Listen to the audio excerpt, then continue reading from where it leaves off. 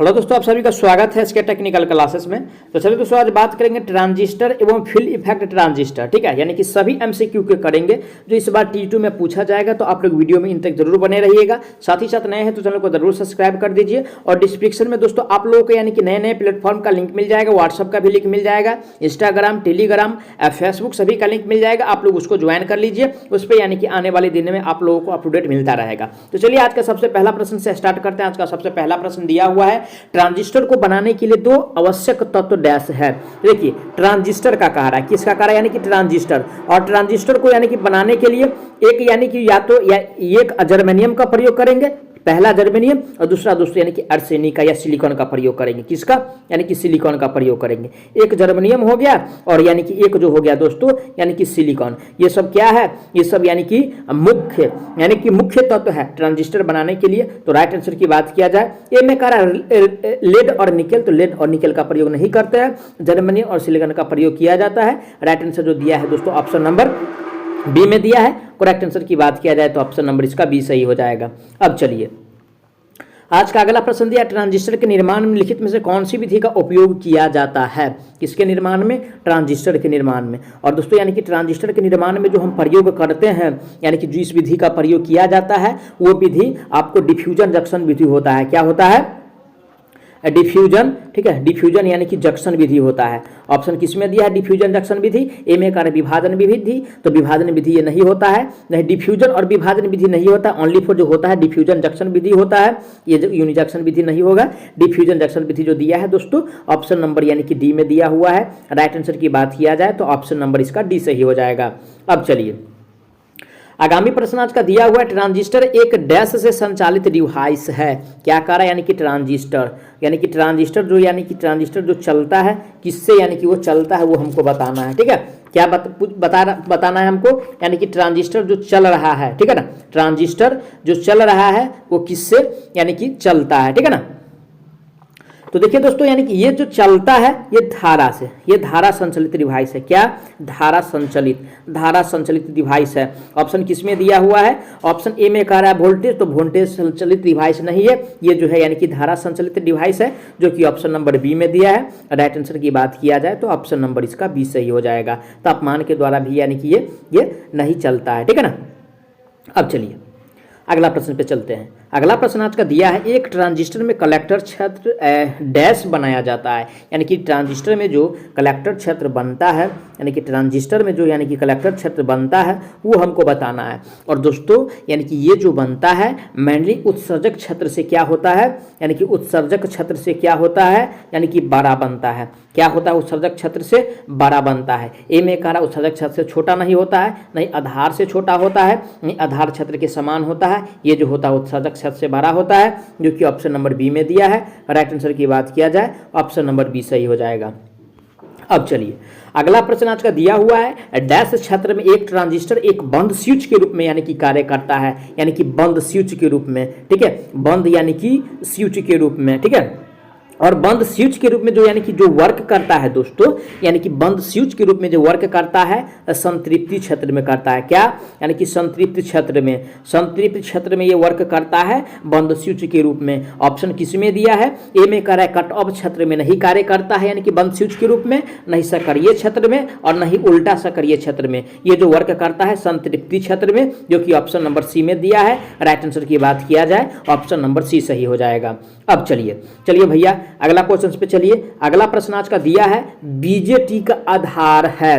किसका, यानी कि बीजेटी, इसका full form by junction transistor. क्या होता है इसका full form, by junction transistor. तो यानी कि इसका जो डोप होता है दोस्तों बहुत हल्का होता है, यानी कि हल्का होता है। ऑप्शन किसमें दिया है, ऑप्शन ए में कह रहा है यानी कि हल्का डोपित होता है, यानी कि हल्का डोपित होता है। राइट आंसर ऑप्शन ए में दिया है। बी में क्या कह रहा है, मध्यम डोपित नहीं होता है। नहीं दोस्तों, अति डोपित का मतलब क्या, यानी कि ज्यादा डोपित भी ये नहीं होता है। डी में क्या रहा, डोपित नहीं होता है, डोपित होता है लेकिन हल्का डोपित होता है। इस प्रकार का क्वेश्चन आप लोग को एग्जाम में जरूर देखने को मिलेगा। तो चलिए अगला प्रश्न पे चलते हैं। आज का अगला प्रश्न दिया हुआ है, निम्नलिखित में से कौन कौन एक धारा नियंत्रित उपकरण है। क्या कह रहा है, यानी कि धारा नियंत्रित। और दोस्तों यानी कि धारा संचालित यानी कि उपकरण की अगर बात किया जाए तो यानी कि बीजेटी है, by junction transistor. Option number किसमें दिया है, मॉसफेट नहीं है दोस्त। मॉसफेट यानी कि वोल्टेज नियंत्रित डिवाइस है, आईजीबीटी भी वोल्टेज नियंत्रित डिवाइस है, एफईटी भी वोल्टेज नियंत्रित डिवाइस है, लेकिन बीजेटी जो है दोस्तों ये यानी कि धारा नियंत्रित उपकरण है, जो कि ऑप्शन नंबर इसका सी सही हो जाएगा।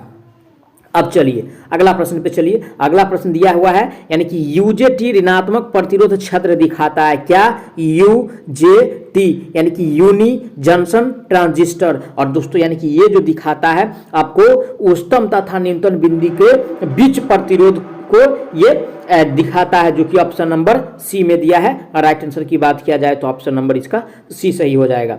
अब चलिए अगला क्वेश्चन साथ का दिया हुआ है यानी कि एफईटी का पूर्ण रूप क्या है। किसका, एफईटी।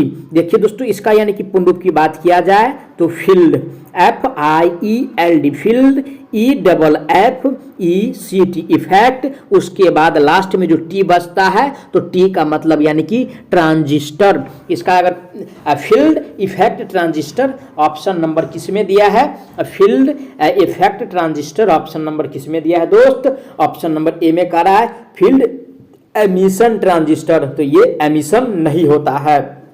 बी में दिया है फील्ड इफेक्ट ट्रांजिस्टर, तो राइट आंसर जो दिया है दोस्त ऑप्शन यानी कि बी में दिया है। करेक्ट आंसर की बात किया जाए तो ऑप्शन नंबर बी सही हो जाएगा। ए में दिया है, सॉरी सी में दिया है यानी कि फ्री इफेक्ट ट्रांजिस्टर, तो फ्री इफेक्ट नहीं होता है, नहीं फ्री एमिशन होता है, तो राइट आंसर बी हो जाएगा। अब चलिए अगला प्रश्न पे चलते हैं। अगला प्रश्न दिया हुआ है एक एफईटी क्या है, तो यानी कि एफईटी के बारे में हमको बताना है। एफईटी यानी कि फील्ड इफेक्ट ट्रांजिस्टर, और मेनली दोस्तों इसमें जो होता है एक ध्रुवीय उपकरण है। क्या है, एक ध्रुवीय उपकरण है, एक ध्रुवीय उपकरण है, ऑप्शन नंबर ए में दिया हुआ है। और राइट आंसर की बात किया जाए ऑप्शन नंबर इसका ए सही हो जाएगा।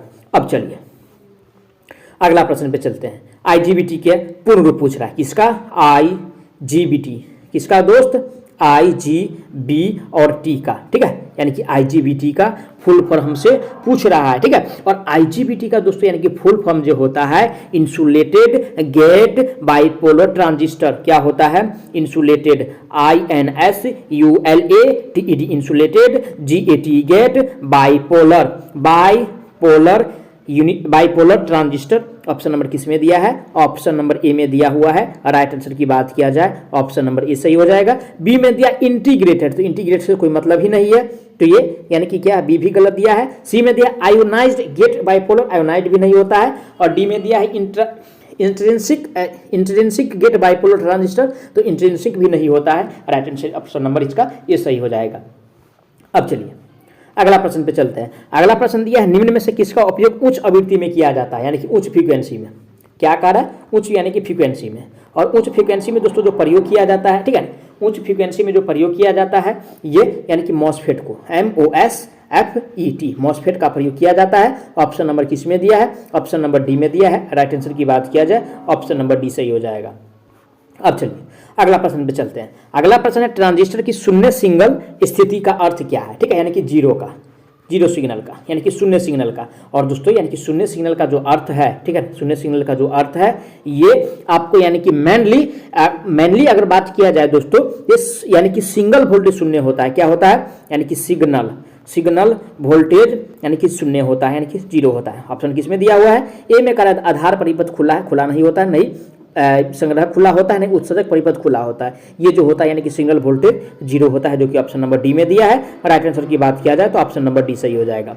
अब चलिए अगला प्रश्न आज का दिया है तापमान बढ़ने पर संग्राहक धारा यानी कि टेम्परेचर, ठीक है, टेम्परेचर की बात पूछ रहा है, ठीक है, टेम्परेचर की यानी कि बात हमसे यानी कि पूछ रहा है। और देखिए दोस्तों यानी कि टेम्परेचर अगर तापमान बढ़ रहा है तो संग्राहक की अगर बात किया जाए तो ये जो है यानी कि बढ़ जाता है, ये भी यानी कि बढ़ता है। ऑप्शन किस में दिया है बढ़ना, ऑप्शन नंबर बी में दिया है बढ़ना। राइट आंसर की बात किया जाए ऑप्शन नंबर बी सही हो जाएगा।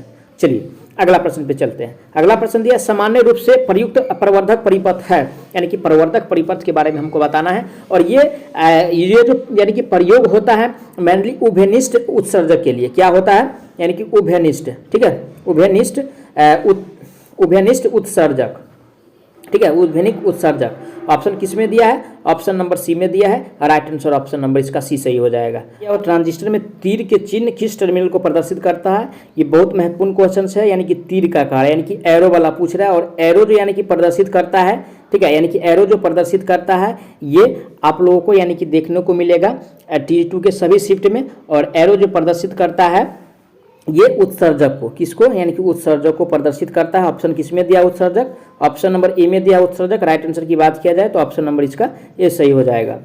नेक्स्ट क्वेश्चन से आज का, यानी कि ट्रांजिस्टर परिपथ जिसमें धारा और वोल्टेज प्रवर्धन दोनों प्राप्त होते हैं वह है। यानी कि धारा और वोल्टेज दोनों जो प्राप्त होता है ये मैनली रूप से उभयनिष्ठ उत्सर्जक में, किसमें? यानी कि उभयनिष्ठ उत्सर्जक में प्राप्त होता है। उभयनिष्ठ यानी कि उत्सर्जक में प्राप्त होता है। ऑप्शन नंबर किस में दिया है? उभयनिष्ठ उत्सर्जक। ऑप्शन नंबर यानी कि बी में दिया है। राइट आंसर की बात किया जाए तो ऑप्शन नंबर इसका बी सही हो जाएगा। अगला प्रश्न दिया है ट्रांजिस्टर में उपलब्ध होता है, यानी कि ट्रांजिस्टर में जो मेन रूप से उपलब्ध होता है क्या क्या होता है वो हमको बताना है। और ट्रांजिस्टर में यानी कि मेनली जो उपलब्ध होता है वो सबसे पहले यानी कि धारा प्रवर्धक भी होगा, वोल्टेज प्रवर्धक भी रहता है और शक्ति प्रवर्धक भी रहता है। तो ट्रांजिस्टर में जो उपलब्ध होता है यानी कि तीनों रहता है। तीनों जो ऑप्शन दिया हुआ है डी में दिया है। राइट आंसर ऑप्शन इसका डी सही हो जाएगा। नेक्स्ट क्वेश्चन से आज का, यानी कि ट्रांजिस्टर को धात्विक प्लेट पर लगाने का उद्देश्य क्या है? यानी कि ट्रांजिस्टर को जो लगाते हैं यानी कि धात्विक प्लेट पे, ठीक है, इसका मेन उद्देश्य क्या होता है? यानी कि इसका यानी कि मेन उद्देश्य जो होता है ट्रांजिस्टर की अत्यधिक ऊष्मा जो होता है उसको यानी कि क्या करता है? यानी कि फैलाता है। क्या करता है? फैलाता है। ऑप्शन किस में दिया है? ए में कहा ट्रांजिस्टर की चालकता को बढ़ाना, चालकता को नहीं बढ़ाता है, नहीं सहारा प्रदान करता है। ये जो करता है यानी कि ट्रांजिस्टर की अत्यधिक ऊष्मा को फैलाता है, जो कि ऑप्शन नंबर सी में दिया है। राइट आंसर ऑप्शन इसका सी सही हो जाएगा। अगला प्रश्न आज का दिया हुआ है, यानी कि एक ट्रांजिस्टर में होता है, ठीक है, एक ट्रांजिस्टर में मेनली रूप से क्या होता है वो बताना है।